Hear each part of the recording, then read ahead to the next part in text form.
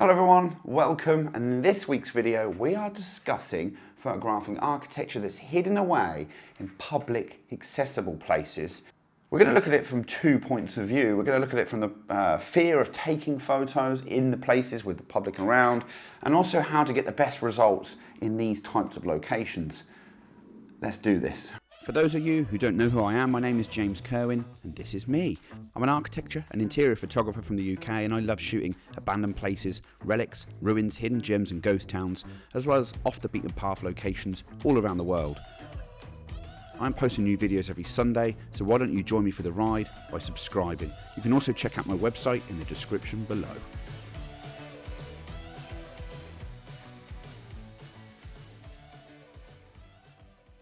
Okay, so we are here. Picture the scene. We are in Gaziantep, or Antep, in the southeast of Turkey, the country, of course, that I reside in. It's a place that I'm going to be going back to on numerous occasions this year because I'm recceing for new tours for 2024, or very start of this time next year, basically. And it's a beautiful sort of city. There's an old town located in it. It's a market city. Some beautiful food comes out of that region. The streets are filled with people, it's busy, it's hectic. It's got some stunning architecture hidden in it as well. And in the middle of it, of this city, is an hammam that's been converted into a shop storage facility. And it took me a while to find this location. I'd spotted it online and I decided to go and give it a visit. I probably walked past it maybe 10 or 15 times that day. It really is that hidden in the little alley or little doorway to get into the sort of area where it's located. And eventually I discovered the hammam during the rush hour, the busy sort of sunset period, the night prior to photographing it.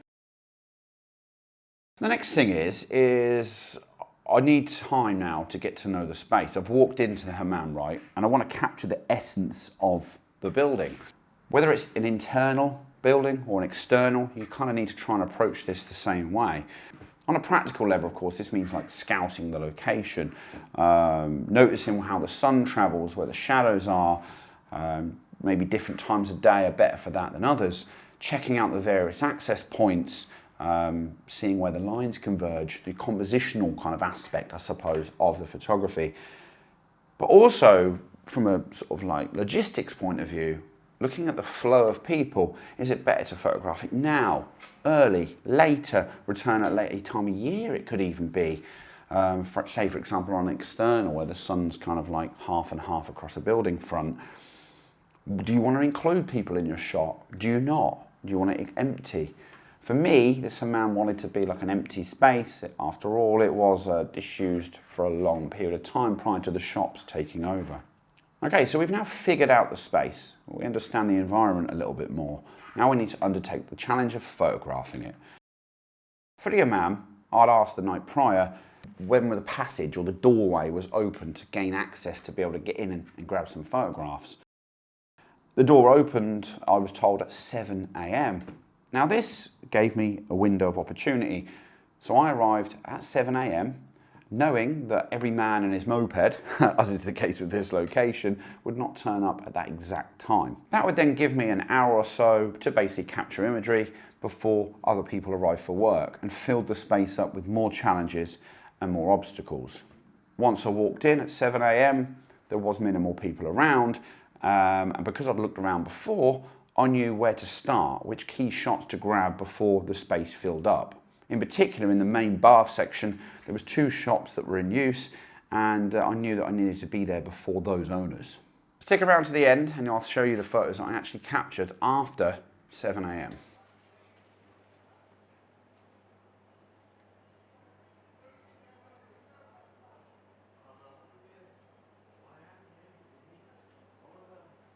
The next thing is to focus on your shot or your photography and not your surroundings.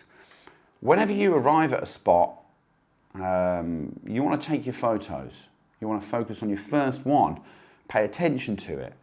And if you take the photo and you don't think it's good enough, keep focused, keep looking at your scene and your photography. If you saw someone walking around your place of work, this is what I'm doing in Antep, right, is I'm walking through someone's place of work. If I was there with my camera, basically close to my chest, looking over my shoulder, watching the people, trying to sneak in photos, they would think it's pretty dodgy. And in fact, they would probably start to keep a closer eye on me, actually. On the other hand, if you saw someone with a confident stride, going about their business, stopping every couple of feet, holding their camera, maybe position it on a tripod, framing their shots, focusing on their work, you're less likely to sort of like maybe just give them a glance, look over, maybe you'll ask them what they're doing, but you'll move on and get on with your day. People in our heads are actually like meaner in our brain than actually they are in real life. For me in this location, for example, again, somebody did ask, "Oh, what are you up to?" But it was more of a inquisitive and interested rather than it was like me being intrusive to their space. So I then explained who I was, they added me on Instagram, and I got on with my shoot. Simple as that. I suppose once you've taken a photograph and you're happy with it, you can zoom back into reality, look for a next photograph, look at the next scene, and then do the same thing. Focus on your photography and not your surroundings. And when you realise then that nobody is really paying you any more attention, I kind of suppose it becomes easier, and each subsequent time after that will become much, much easier. If you stick around to the end of the video, I'll talk a little bit about gear that could help you as well overcome these challenges of people in these locations. So the next one is to take a companion. It could be perhaps your wife, a lover, a man, a friend, a photography buddy, whatever it is, to sort of maybe grasp the basics of photography. Maybe you can teach somebody, I don't know. But when you have company, it's a good distraction from your surroundings. You'll be focusing on talking to them, talking about photography, talking about the space. And that kind of refers back a little bit to the previous point. When you're taking photos, you've got somebody with you, other people will just assume that you're hobbyists and you're into photography and you're out practicing, which after all is exactly what you're doing. After a few days of exploring with friends in this manner, you build up a confidence and you'll feel much more comfortable maybe venturing out on your own then at a later date. So be confident, but considerate to others. Now this is pretty important. Now probably one of the hardest things for me to master was to, I suppose it became natural over time actually, is to walk into a space with a confidence. A bit of practice I suppose is needed of this. Walking in and getting the hang of just going in, getting about my business, shooting a location and take the pictures I want without showing my nerves to somebody else. If you're confident and you're going into a space without being cocky and arrogant about it, and getting on with your day, it's more likely that people are going to leave you alone. Remember, you have no right of way over somebody else to be in a location, and this is going to tie on to the next point of being respectful and patient, because if we're in the way, our tripod's in the way, you don't want someone to fall over that. We need to start being, as photographers, we get kind of hard enough rep in some areas of the world as it is, and we should kind of bear that in mind. We don't want to make matters worse. If we go back to the hammam for a second, that's someone's now place of work. They're setting up their shop for the day for a hard day's graft, and you being there is an unusual occurrence. We shouldn't be getting in their way. So be patient if somebody's there. For instance, in a case where a man wanted to park his moped in this alleyway, and my tripod was there, so I needed to move it, reposition it, and come back to that photograph later once he'd done his deliveries. Luckily, most people have the gear to be able to photograph these kind of locations. A camera, a DSLR, standard, even a cheap one, a tripod, a remote shutter cable, or using the inbuilt timer in the camera. The next step would be, of course, a wide-angle lens. Not everybody has access to this, but even a kit lens can do a great job. A wide-angle lens, though, something like a 15-35, would allow you to fit the entire frame of the subject or the building into a single shot. But after this, there's one more thing that is really, really often overlooked, and that is filters.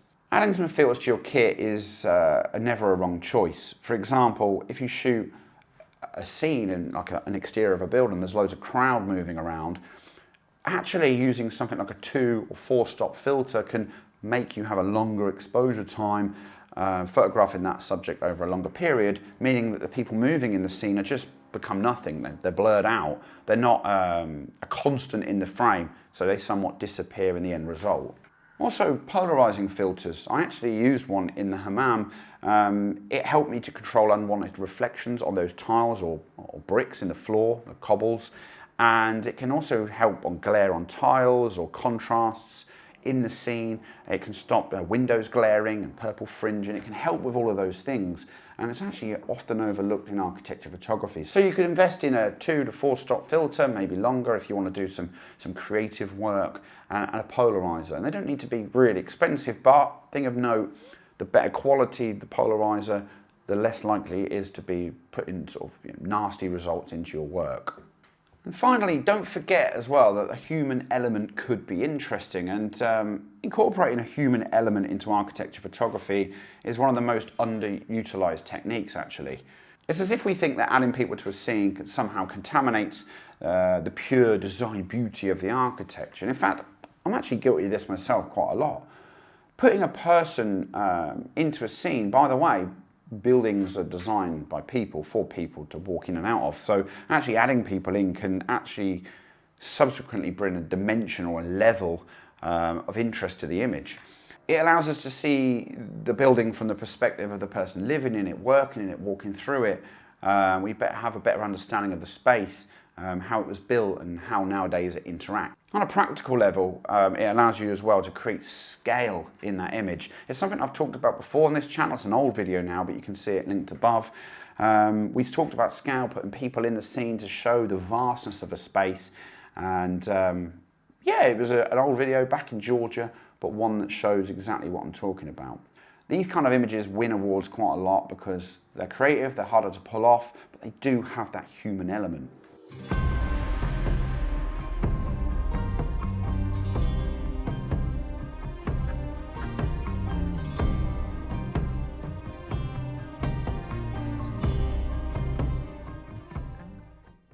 Okay, that's pretty much everything for today. It's a quick video, but also something I wanted to talk about. I had some interesting footage to show you from Antep. I didn't get many videos down there. I was actually busy with clients and I was recceing for future tours. But I will be going back, and I'm actually going out on a road trip, hopefully in the next couple of weeks, to photograph more here in Turkey. I'm sure that I haven't shown enough of it. And it's just more challenging to find locations, but it's something I'm going to be doing. We've got lots of stuff coming up on the channel. Chuck us a comment below if you've got any questions. I'll come back to you, I promise. Until next time, enjoy the rest of your weekend. Goodbye for now.